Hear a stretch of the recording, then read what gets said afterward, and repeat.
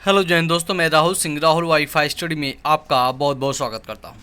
8 अक्टूबर 2020 से प्रत्येक महत्वपूर्ण खबर जो आपके प्रत्येक परीक्षाओं के पॉइंट ऑफ व्यू से वेरी वेरी इंपॉर्टेंट होता है वो लेकर के आ चुका हूं। चाहे एसएससी हो, यूपी ट्रिपल एससी हो, यूपीपीएससी हो, आरआरबी एनटीपीसी हो या फिर उत्तर प्रदेश पुलिस भर्ती प्रोन्नति बोर्ड हो, जो भी खबरें हैं आज के लिए आपके लिए यानी एक प्रतियोगी छात्र के लिए जो भी इंपॉर्टेंट है वो आप तक पहुँचाने की पूरी कोशिश की जाएगी इस वीडियो के जरिए। आप अंत तक इस वीडियो में बने रहिएगा। चैनल पर पहली बार आए तो चैनल को सब्सक्राइब कर लीजिएगा, है ना, और बेल आइकॉन की घंटी जरूर प्रेस कर लीजिएगा। चलिए बात कर लेते हैं पहले उत्तर प्रदेश में स्वास्थ्य विभाग में बम्पर भर्ती को लेकर के।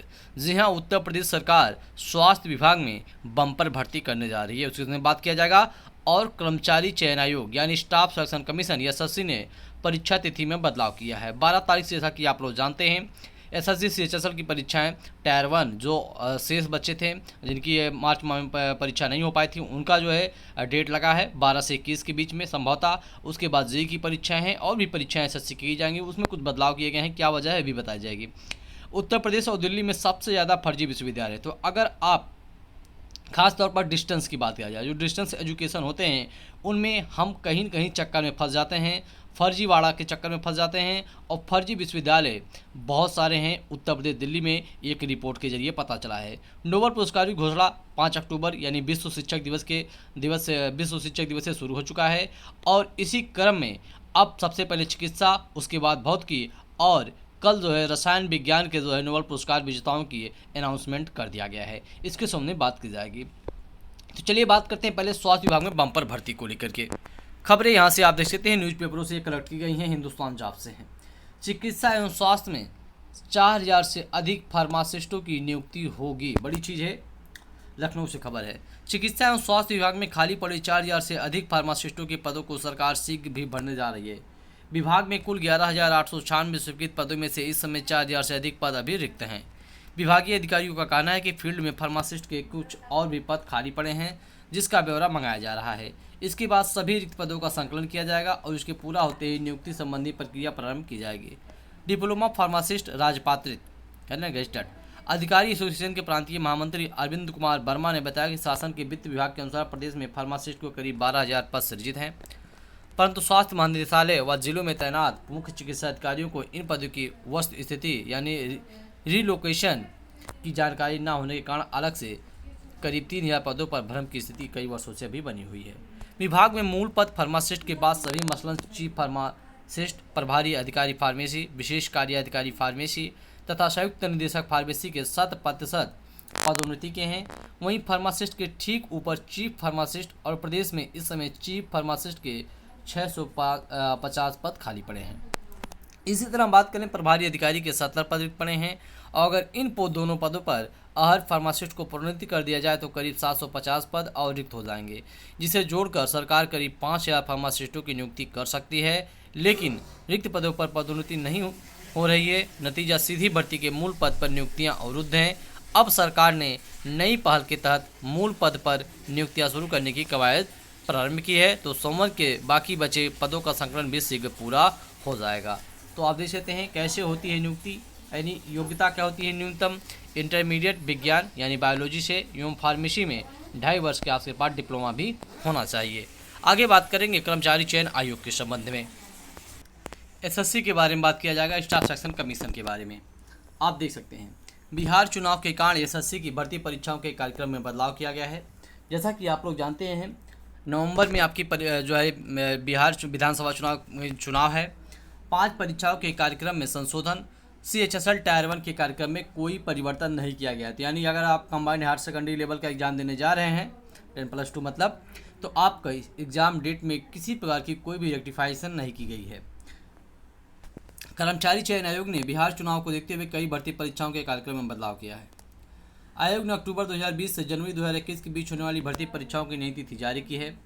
बुधवार को जारी सूचना में जूनियर इंजीनियर परीक्षा 2019 पेपर फर्स्ट से लेकर कंबाइंड ग्रेजुएट लेवल यानी सीजीएल 2019, स्टेनोग्राफर ग्रेड सी और डी परीक्षा 2019 सहित 5 भर्ती परीक्षाओं की तिथि आगे बढ़ा दी है, जबकि 12 से 26 अक्टूबर के बीच प्रस्तावित combined higher secondary level CHSL परीक्षा 2019 टायर 1 के कार्यक्रम में किसी प्रकार का कोई भी संशोधन नहीं किया गया है।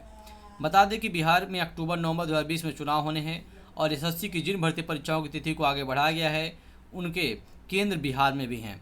सेंटर एसएससी परीक्षा का संशोधित 2020-21 आयोग की वेबसाइट ssc.nic.in पर जारी कर दिया है। तो आप लोग अपना चेक कर लीजिएगा।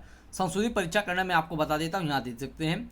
Junior engineer civil mechanical electrical परीक्षा 2019 पेपर फर्स्ट CBT 27 से 30 अक्टूबर को आयोजित है, लेकिन जिन उम्मीदवारों का सेंटर बिहार में है उनकी परीक्षा अब 11 दिसंबर को होगी।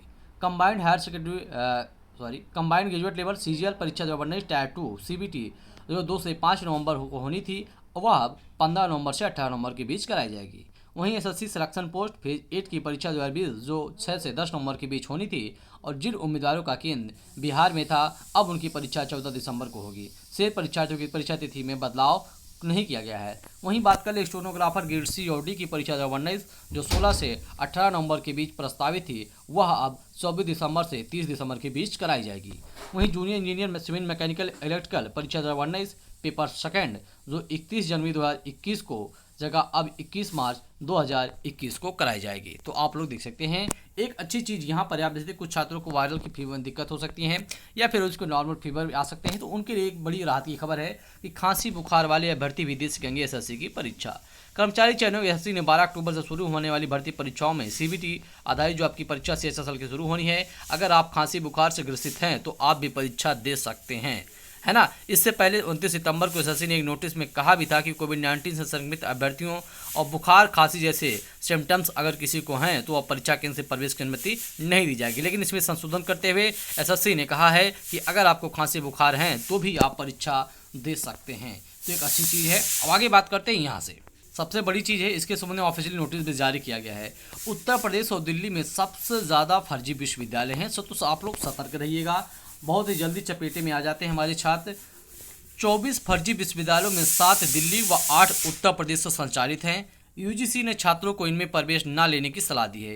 यूजीसी ने बाकायदा एक ऑफिशियली नोटिस जारी किया है, वो नोटिस मेरे पास अभी नहीं है ना, तो मैं आपको दिखाता। उसमें जो है लिस्ट दी गई है जो सोचिए जो फर्जी विश्वविद्यालय है।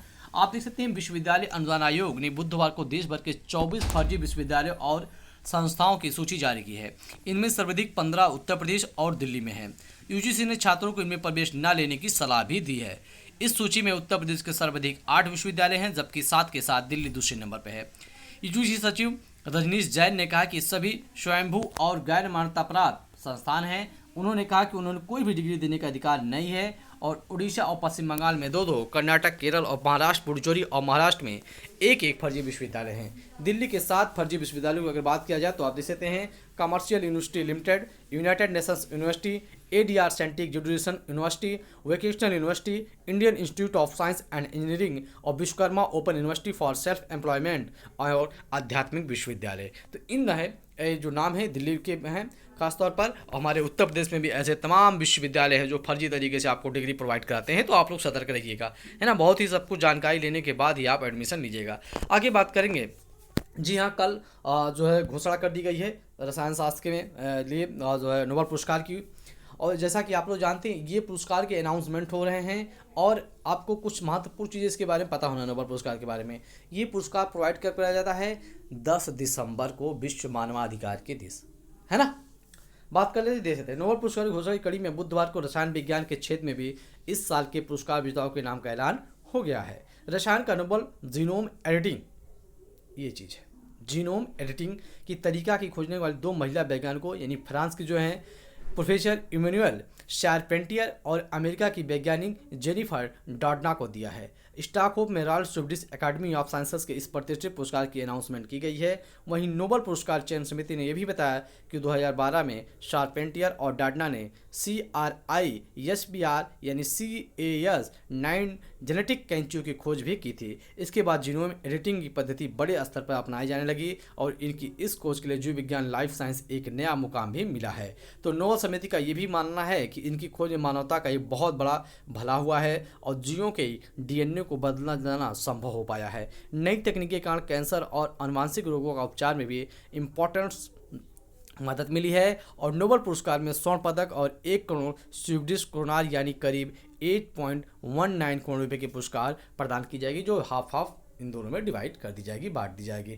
ओके, तो ये कुछ इंपॉर्टेंट क्वेश्चन थे फ्रेंड्स जो आज 8 अक्टूबर के संबंध में थे। आई होप ये वीडियो सेशन आपको अच्छा लगा होगा, तो प्लीज़ वीडियो को लाइक कर दीजिएगा और शेयर करना तो बिल्कुल मत भूलिएगा। मिलते हैं हम नेक्स्ट वीडियो में नेक्स्ट इन्फॉर्मेशन के साथ। अब तक के लिए धन्यवाद, नमस्कार।